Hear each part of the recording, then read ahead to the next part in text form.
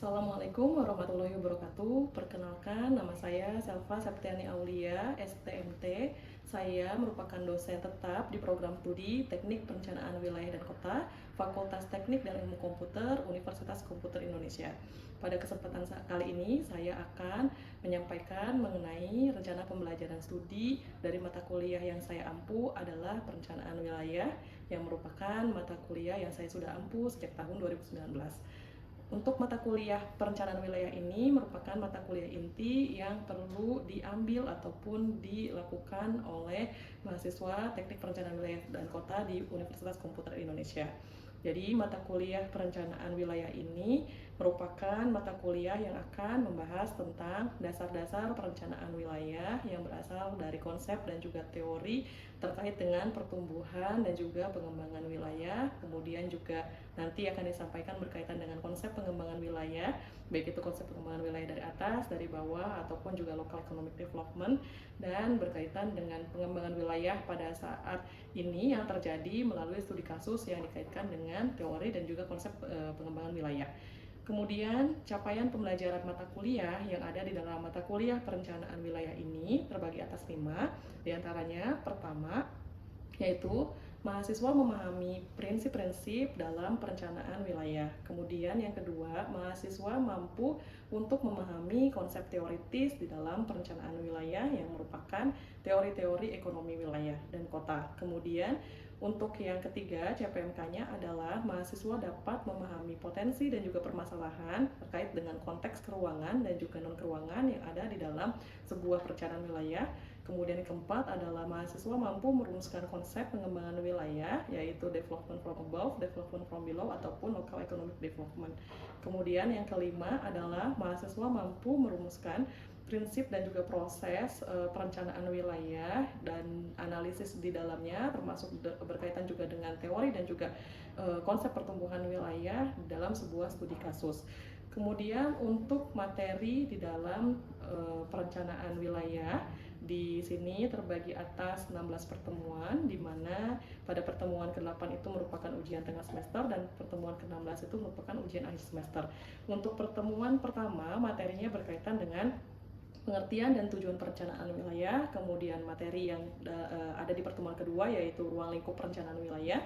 Materi ketiga yaitu berkaitan dengan dasar-dasar perencanaan ruang wilayah yang merupakan bagaimana menyusun rencana tata ruang wilayah dalam sebuah studi kasus. Kemudian yang keempat itu berkaitan dengan pengertian ruang wilayah seperti misalnya perkotaan, perdesaan, ataupun kawasan. Kelima, memahami konsep core ataupun pusat dan juga periferi ataupun pinggiran dalam konteksnya seperti juga suburban. Kemudian yang keenam berkaitan dengan teori pertumbuhan wilayah, neoklasik dan juga neokeynes. Kemudian yang ketujuh yaitu teori pertumbuhan wilayah berdasarkan teori basis ekonomi dan juga penterapan. Kedelapan, teori wilayah divergensi. Kesembilan, pertemuan ke-9 akan membahas tentang model pertumbuhan wilayah cumulative causation dan juga akan membahas spreading dan juga big cause effect. Untuk pertemuan ke-10 akan membahas mengenai konsep pengembangan wilayah berkaitan dengan development from above dan juga development from below. Kemudian yang pertemuan ke-11 akan membahas tentang konsep pengembangan ekonomi wilayah berdasarkan local economic development. Ke-12 berkaitan dengan analisis potensi relatif wilayah berdasarkan analisis sektor basis. Yang ke-13 analisis potensi relatif wilayah berdasarkan input-output. Dan yang ke-14 yaitu berkaitan dengan isu-isu terkini di dalam pengembangan wilayah. Kemudian untuk metode pembelajaran yang digunakan di dalam mata kuliah perencanaan wilayah ini, yang pertama itu adalah tatap muka, yang kedua adalah presentasi studi kasus yang berkaitan dengan pertumbuhan dan juga perkembangan wilayah yang terkait dengan teori pertumbuhan ekonomi wilayah. Kemudian yang ketiga adalah bagaimana mahasiswa mampu untuk menganalisis dan juga dapat merumuskan konsep ekonomi, pertumbuhan ekonomi dan juga perkembangan ekonomi yang ada di suatu wilayah dan merumuskan di dalam konsep pengembangan wilayah. Kemudian untuk rubrik penilaian, kriteria penilaiannya terbagi atas tugas 20%, kuis 5%, kemudian UTS 35%, dan UAS 40%. Oke, setelah disampaikan mengenai rencana pembelajaran studi mata kuliah perencanaan wilayah, mari kita menuju ke kelas untuk disampaikan bagaimana materi perkuliahan yang ada di kelas berkaitan dengan mata kuliah perencanaan wilayah. Sekian, terima kasih. Wassalamualaikum warahmatullahi wabarakatuh. Selamat pagi semuanya. Pagi.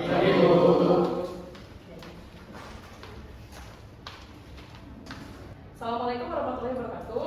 Waalaikumsalam.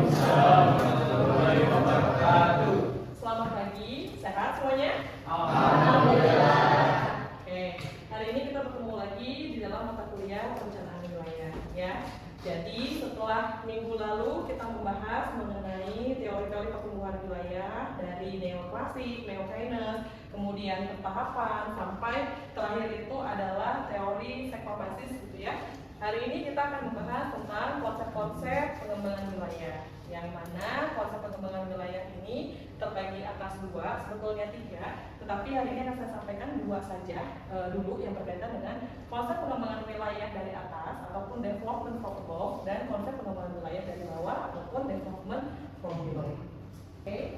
Nah, di sini adalah kerangka konsep pengembangan wilayah yang akan kita bahas pada hari ini, yaitu ada dua pendekatan. Yang pertama pembangunan dari atas ataupun development from above, dan yang kedua itu adalah pembangunan dari bawah yang merupakan kritik atas pembangunan dari atas yang merupakan alternatif pilihan terhadap pengembangan wilayah dari atas. Nah, selain itu juga ada konsep pendekatan pengembangan wilayah yang nanti akan kita pelajari yang berkaitan dengan lokalisme ataupun local economic development. Nah, di sini pembangunan dari atas ataupun development from above, prinsipnya itu adalah sesuai dengan teori konsep pertumbuhan ekonomi yang sudah kita pelajari ya, yang berkaitan dengan teori-teori seperti misalnya neoklasik ataupun misalnya berkaitan dengan sport base gitu ya, di mana prinsip dasar dan asumsi growth pole ataupun growth center secara spasial. Kemudian juga di sini akan dijelaskan mengenai mekanisme backward dan forward linkage ya, ataupun keterkaitan antara sektor belakang dan juga sektor depan yang pernah dipelajari analisisnya. Di analisis apa kalau ada yang ingat? Di ekonomi kota, analisis input dan output. Oke, kemudian di sini ada evaluasi proses pembangunan dari atas. Nah, setelah itu kritik pembangunan konsep dari atas itu adalah pembangunan dari bawah, di mana di sini ada yang disebut dengan selective spatial closure. Jadi memilih dari berbagai macam alternatif untuk mengurangi kebocoran gitu ya dari adanya pengembangan dari atas dan ada konsep pembangunan dari bawah. Nah, kita bahas satu persatu ya. Yang pertama itu development from above ataupun development pengembangan wilayah dari atas merupakan pengembangan yang sifatnya terpusat ataupun center down development. Jadi seperti minggu lalu yang sudah beberapa minggu lalu yang sudah saya sampaikan bahwa dengan konsep core periphery gitu ya, ataupun pusat dan juga pinggiran gitu, maka ketika misalnya ada investasi yang diberikan di wilayah core ataupun di wilayah pusat, pasti akan menyebar ke wilayah intermediate ataupun periphery ataupun pinggiran gitu ya. Yang mana ini secara teori ekonomi diperkenalkan dari awal itu adalah neoklasik gitu ya, dengan adanya sektor unggulan gitu. Nah, sektor unggulan ini akan memberikan dampak ataupun multiplier effect terhadap sektor-sektor lainnya. Seperti apa? Ada yang bisa ngasih contoh? Nadia, bisa ngasih contoh? Seperti misalnya sektor apa? Yang memberikan dampak terhadap wilayah terhadap sektor lainnya. Yang paling mudah saja. Minggu lalu yang saya sudah sampaikan. Industri pengolahan. Ya. Seperti misalnya sektor industri pengolahan. Seperti misalnya industri pengolahan perkapalan pasti memiliki keterkaitan ke belakang terhadap misalnya apa? Bahan baku gitu ya. Bahan baku. Nah, industri pengolahan makanannya apa? Misalnya di sini adalah pengolahan makanan terigu misalnya gitu. Bahan baku terigu itu dari apa? Dari misalnya beras, gitu ya. Nah, beras ini kan berarti dari pertanian padi. Sehingga sektor industri pengolahan yang kita identifikasi sebagai sektor sekunder, gitu ya, memiliki keterkaitan dengan sektor primer yang merupakan pertanian, gitu ya. Nah, kalau forward, ketika misalnya industri pengolahan sudah menjadi sebuah produk, gitu ya, kemudian pasti ada distribusi, gitu. Distribusi itu berkaitan dengan berarti sektor apa? Sektor apa? Kalau distribusi menggunakan moda transportasi, berarti berkaitan dengan sektor transportasi, pergudangan. Ini secara sektor, gitu, sehingga ada keterkaitan input dan output gitu ya antara sektor yang merupakan diidentifikasi sebagai misalnya sektor unggulan gitu. Nah, oleh karena itu sektor unggulan ini pasti memiliki keterkaitan ya, walaupun sektor sekunder memiliki keterkaitan dengan sektor primer dengan sektor tersier. Ini bisa kita bilang sebagai sektor tersier karena berada di desa gitu ya. Nah, perkembangan dari sektor satu ke sektor yang lain itu dinamis ya. Berawal dari adanya sektor unggulan yang secara lokasi ditetapkan gitu ya di sebuah lokasi yang merupakan sebagai wilayah core gitu. Karena memang core ini kenapa menjadi pilihan? Karena apa? Karena kemudahan terkait dengan infrastruktur salah satunya. Kemudian terkait dengan pasar. Ingat di analisis lokasi bahwa industri itu kan pendekatannya itu adalah kalau tidak dekat dengan bahan baku, dekat dengan pasar. Di mana ketika wilayah core ini memiliki karakteristik lebih lengkap secara infrastruktur ataupun fasilitas, seperti misalnya terminal ataupun misalnya pelabuhan atau bahkan bandara, sehingga pendekatan untuk misalnya lokasi industri itu berada di wilayah core atau di wilayah inti, gitu ya. Nah, oleh karena itu wilayah core ini pasti seharusnya kan membutuhkan misalnya bahan baku ataupun sektor backward ya, dari wilayah mana? Dari wilayah periferi tentunya, yang merupakan wilayah dengan penggunaan lahan apa? Karakteristiknya pertanian gitu ya. Dan kemudian di sektor forward ataupun sektor depan gitu ya, berarti berkaitan dengan transportasi dan pergudangan yang sebetulnya secara lokasi bisa saja berada di wilayah core ataupun bahkan nanti ada fenomena wilayah suburban atau pinggiran kotanya. Nah, jadi dengan adanya sektor unggulan yang bahkan misalnya ini adalah ekspor gitu ya, jadi ekspor base untuk menaikkan nilai tambah gitu, sehingga wilayah core itu lama-lama pasti akan maju, dan kemudian ketika maju dan berkembang pasti memberikan spreading effect ataupun efek penjalanan ataupun efek secara positif terhadap wilayah pinggirannya. Nah, memang untuk yang global itu mulai dicetuskan oleh Perox ya pada tahun 95-an, di mana global teori itu di mana pembangunan terjadi dari wilayah core ke wilayah periferi, dan kemudian pasti memainkan peranan antara wilayah core dengan wilayah periferi sehingga adanya proses spreading ataupun efek penjalanan. Dan itu pun dapat mendorong pertumbuhan gitu ya, sehingga wilayah periferi yang karakteristiknya ini terbelakang ataupun lebih miskin dibandingkan dengan wilayah core sehingga bisa mengejar ketertinggalannya. Tapi memang di dalam pendekatan Perox ini pendekatannya berdasarkan sektoral gitu ya. Jadi bagaimana sih keterkaitan ataupun peran antara sektor yang dikembangkan terhadap backward dan forwardnya gitu ya. Nah, makanya industri pengolahan makanan ini misalnya disebut oleh Perox itu sebagai propulsive industry ya, di mana merupakan industri yang mendorong sektor lain gitu, apalagi ini adalah misalnya basis gitu ya, sehingga pasti ketika misalnya ini berkembang, sektor-sektor yang lainnya pun akan berkembang dan misalnya meningkat pertumbuhannya gitu ya. Nah, di mana ciri-cirinya itu adalah yang pertama ada teknologi atau penjalan teknologi lain, yang kedua memakai advance teknologi, yang ketiga itu misalnya ketika ada permintaan naik pasti otomatis akan menghasilkan satu yang naik seperti misalnya barang-barang elektronik. Kemudian ada keterkaitan antara industri hulu antara dan juga hilir yang sangat terikat gitu ya. Kemudian juga kemampuan tinggi yang berinovasi dan cepat ataupun fast growing karena memang misalnya pembicaraan ekspor.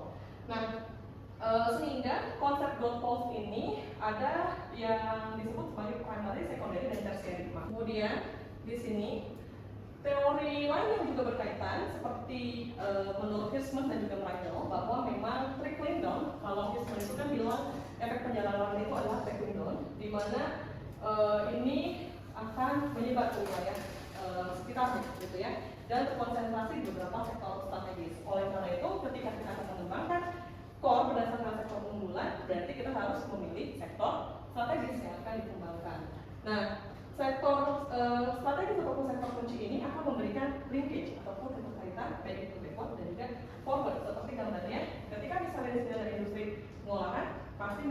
menarik menarik sektor-sektor lainnya gitu ya untuk tumbuh dan berkembang. Gitu. Nah ini juga didukung oleh teori Rydell dan juga John Friedman gitu ya, bahwa ada pusat-pusat pertumbuhan yang dapat menarik wilayah yang ada di hinterlandnya gitu ya. Dan kalau untuk Rydell ini memang ada istilah cumulative causation effect. Jadi memang untuk perkembangan core yang nanti akan berkembang ke wilayah periferi gitu ya, harus ada juga dilakukan semangat kewirausahaan dan juga memang adanya dukungan kebijakan dari pemerintah. Kemudian dari Friedman, memang menurut Friedman pengembangan wilayah di suatu daerah diikuti oleh semua daerah. Jadi akhirnya muncul hierarki kota. Ya. Nah, untuk konsep yang berkaitan dengan growth ini juga didukung oleh John Pipar gitu ya, di mana bahwa memang konsep ini merupakan cara cepat sebetulnya untuk dapat mengembangkan wilayah gitu. Tetapi memang kan ada kritiknya gitu. Ingat ya di teori neoklasik bahwa ketika investasi ataupun sektor unggulan yang akan dikembangkan berada di wilayah core, kemudian akan dideliverkan ataupun ada spreading effect gitu ya, spreading effect. Nah di sini itu waktunya kapan gitu, karena di sini itu formnya bisa lebih cepat untuk maju, sedangkan periferi tidak dapat mengikuti kemajuan dari wilayah form tersebut. Nah jadi kritik terhadap konsep pengembangan wilayah dari atas ini yaitu wilayah periferi kapan dapat menyusul ketertinggalannya dari wilayah core ya. Nah menurut John Pipar konsep growth tidak salah, tetapi memang implementasinya yang pertama terlalu cepat ditinggalkan, yang kedua teknologi perencanaan terlalu pendek, yang ketiga komitmen terhadap konsepnya yang tidak kuat gitu ya. Terus di sini ada implementasi dari growth pole itu kan kutub ya, kutub pertumbuhan diintegrasikan ke dalam sebuah lokasi ataupun spasial gitu ya, yang mana di sini ada ahli geografi yang bernama Baudeville ya, Baudeville ya. Jadi Baudeville itu ahli geografi dari Prancis yang mana fokusnya itu kepada ruang ataupun secara spasial. Di dalam teorinya Baudeville gitu ya, di sini ada pendekatan secara spasialnya gitu ya, di mana yang tadi Peros itu bilangnya growth pole, kalau Baudeville itu bilangnya adalah growth center ya, ataupun pusat pertumbuhan. Yang mana yang namanya pusat pasti kelengkapan fasilitas, kelengkapan infrastruktur gitu ya, kemudian pertumbuhan ekonomi yang tinggi, kemudian juga pada penduduk yang relatif lebih tinggi gitu ya, dengan misalnya untuk kegiatan ataupun aktivitas ekonomi yang banyak. Nah, di mana di sini growth center ini dispasialkan dengan tadi teori pembangunan dari atas ke bawah gitu ya, ataupun development from above gitu ya. Jadi dari wilayah core ke wilayah periferi ya. Nah, kemudian di sini sifatnya dinamis gitu, karena memang namanya pusat pertumbuhan itu pasti akan berkembang gitu ya, sesuai dengan kebijakan ataupun nanti investasi yang akan ada yang akan datang gitu ya, bagaimana pengembangan wilayah terhadap formnya, kemudian ke wilayah periferinya. Nah selain itu juga ada konsep dari kristaller gitu ya. Kristaller ini berkaitan dengan hexagonal pattern. Hexagonal, tahu hexagonal? Berarti berapa sudutnya, Gani? Ada berapa jumlahnya? 6 gitu ya. Seperti kota yang mana di sini ada core-nya, dan wilayah periferi adalah kota-kota satelit ataupun wilayah pinggiran yang melalui kota inti gitu ya. Di sini kristaller memang pendekatannya pada pusat pelayanan gitu, bagaimana ketersediaan terkait dengan fasilitas dan infrastruktur gitu ya. Nah di sini yang paling penting adalah jarak serta jenis pelayanannya, dengan bagaimana menentukan pusat pelayanan yang efisien gitu ya. Nah artinya di sini ada perbedaan juga antara growth center dengan hexagonal pattern gitu ya. Kalau growth center dari Baudeville itu berbicara tentang pusat pertumbuhan yang akan dinamis, sedangkan untuk yang hexagonal pattern itu statis gitu ya, karena berbicara hanya dari pusat pelayanan. Nah, di sini adalah right side rule ya, ataupun di sini itu ada yang tahu right side rule itu adalah apa? Untuk menentukan order kota ya. Dimana dari diagramnya misalnya kalau secara diagram ini gitu ya, Surabaya, Bandung, dan juga Medan dari Jakarta bahkan gitu ya, itu bisa dirankingkan gitu kotanya berdasarkan tadi sebagai pusat pelayanan ataupun pusat pertumbuhan. Dengan misalnya pendekatan Kristaller itu pusat pelayanan dari ketersediaan ataupun kelengkapan terhadap infrastruktur ataupun fasilitas. Sedangkan kalau Woodville itu lebih dinamis gitu ya, berkaitan dengan apa? Berkaitan dengan investasi, berkaitan dengan kebijakan pengembangan ekonomi wilayah gitu ya. Jadi semakin tinggi Jakarta size untuk misalnya core-nya mencakup untuk dapat mengembangkan ekonomi wilayah sekitarnya atau mengembangkan pelayanannya gitu ya, maka di sini ranknya pun semakin kecil, artinya ranknya pun semakin tinggi gitu ya. Berarti kan rank 1 semakin ke sini, Medan itu dibandingkan dengan Jakarta ranknya semakin rendah gitu ya. Jadi Medan itu dibandingkan dengan Bandung dan Surabaya lebih rendah secara relatif gitu ya dari rank size rule. Nah, tetapi di sini memiliki kesamaan, sama-sama melihat dari pola persebaran dari infrastruktur fasilitas dan juga berbicara tentang ini ya, keuangan. Nah, di sini juga bagaimana perkembangan suatu kota dipotkan dalam sebuah ini data gitu ya. Nah, dari sini ada mau bertanya dulu? Oke, paham? Oke, ya. Di sini kemudian ada development from above, memiliki kritik ya, yang mana awalnya integrasi menjadi disintegrasi.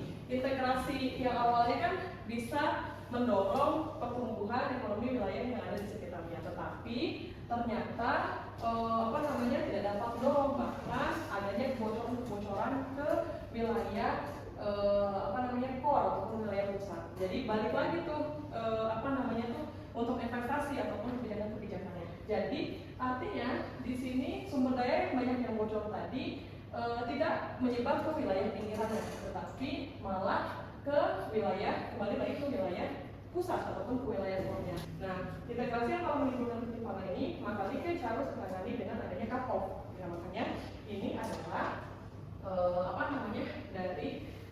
ini adalah kritik dari development from below gitu ya, dimana strateginya itu adalah selective spatial closure yang mana merupakan menutup daerah secara selektif agar tidak terjadi kebocoran. Dimana di sini ada suatu pengembangan wilayah yang disebut dengan agropolitan, yaitu menambah value dari lokal gitu ya. Nah, di sini agropolitan itu jadi ditutup gitu ya kalau misalnya kebocoran antara wilayah. Tadi misalnya di sini ada wilayah core, di sini misalnya periferi gitu ya, sini periferi gitu ya. Nah, jadi misalnya ketika misalnya investasi masuk ke wilayah periferi, misalnya tadi ya berkaitan dengan kebutuhan dari sektor pertanian, kemudian yang mana misalnya nanti masuk lagi ke dalam industri pengolahan, di sini industri pengolahan makanan misalnya terigu. Nah, terigunya itu dijual lagi kan ke wilayah periferi, ya itu harus dikurangi gitu ya kebocoran-kebocoran.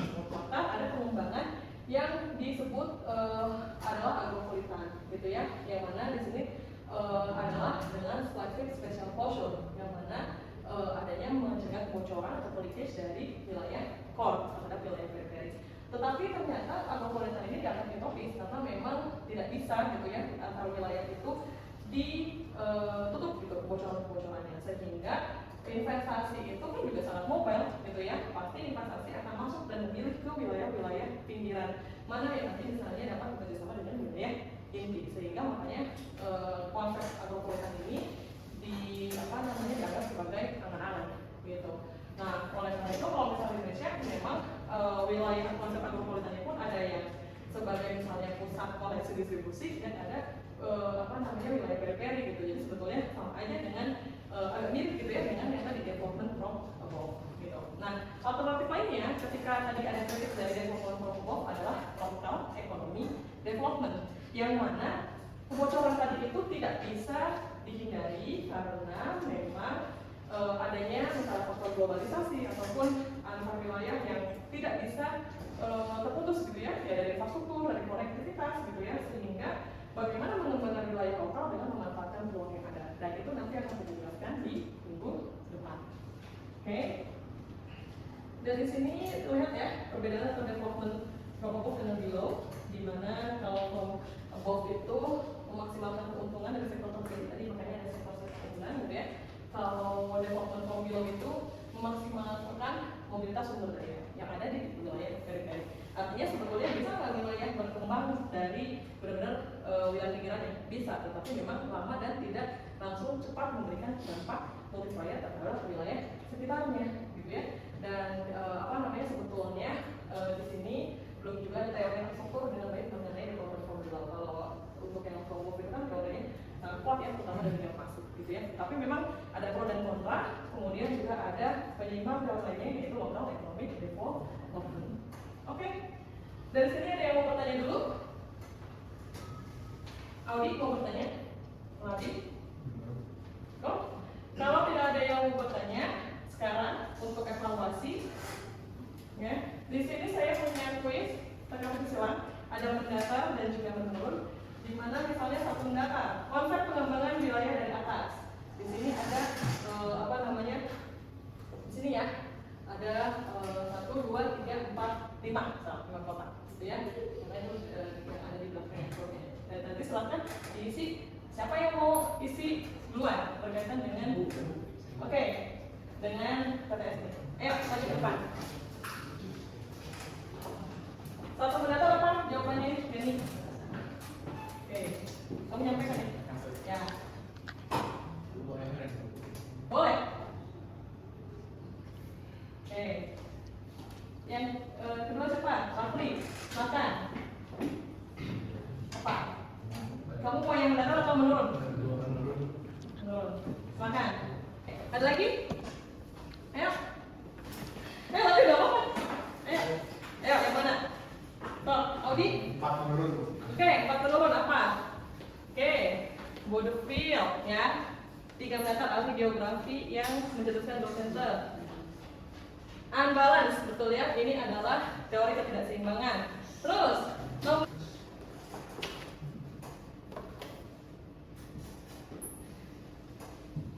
oke, dampak negatif growth center, backwash ya. Jadi tadi ada splitting, ada backwash. Ini udah tadi ya, Jadi satu orang satu. Oke ya, betul jawabannya? Betul. Oke ya, jawabannya betul semua. Berarti alhamdulillah sepertinya terserap ya bagaimana apa yang sudah disampaikan ya. Oke, terima kasih untuk hari ini. Kita bertemu lagi minggu depan yang akan membahas tentang